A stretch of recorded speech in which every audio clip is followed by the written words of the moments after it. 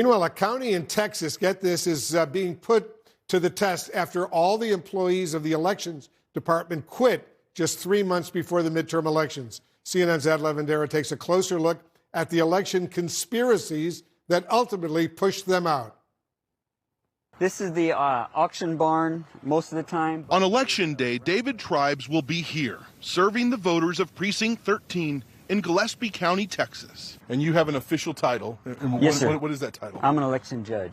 Tribes' role as an election precinct judge usually wouldn't raise any eyebrows in this Texas hill country town until you hear this. So you believe the 2020 election was stolen from Donald Trump? Yes, I do.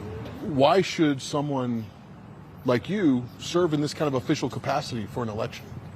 Well, I would think I would probably be a good candidate because I'm going to be really keen looking for anything that looks wrong, and my objective is integrity. Not that my guys win, but integrity. The story of how Gillespie County reached this point is a cautionary tale of how the 2020 election denying conspiracy theories virus keeps spreading.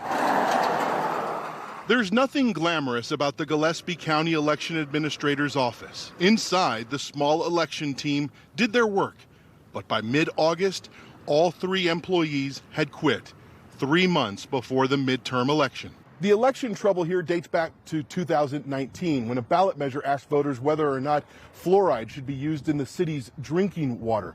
The anti-fluoride activists who lost questioned the integrity of that election. And then the 2020 presidential election came along, pouring gasoline on the flames of election conspiracy theories.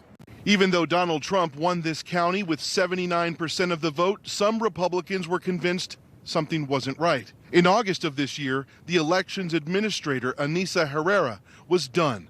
She wrote in her resignation letter that threats against election officials, dangerous misinformation, poor working conditions, and absurd legislation have completely changed her job. I've had to learn a lot of information really quickly.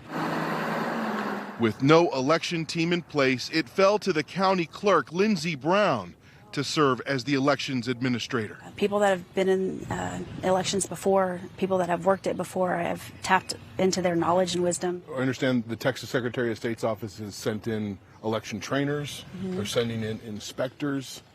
How valuable or how needed have those people been? Very valuable. Jerry Vaclav is a Gillespie County Democrat who will work as an alternate precinct judge.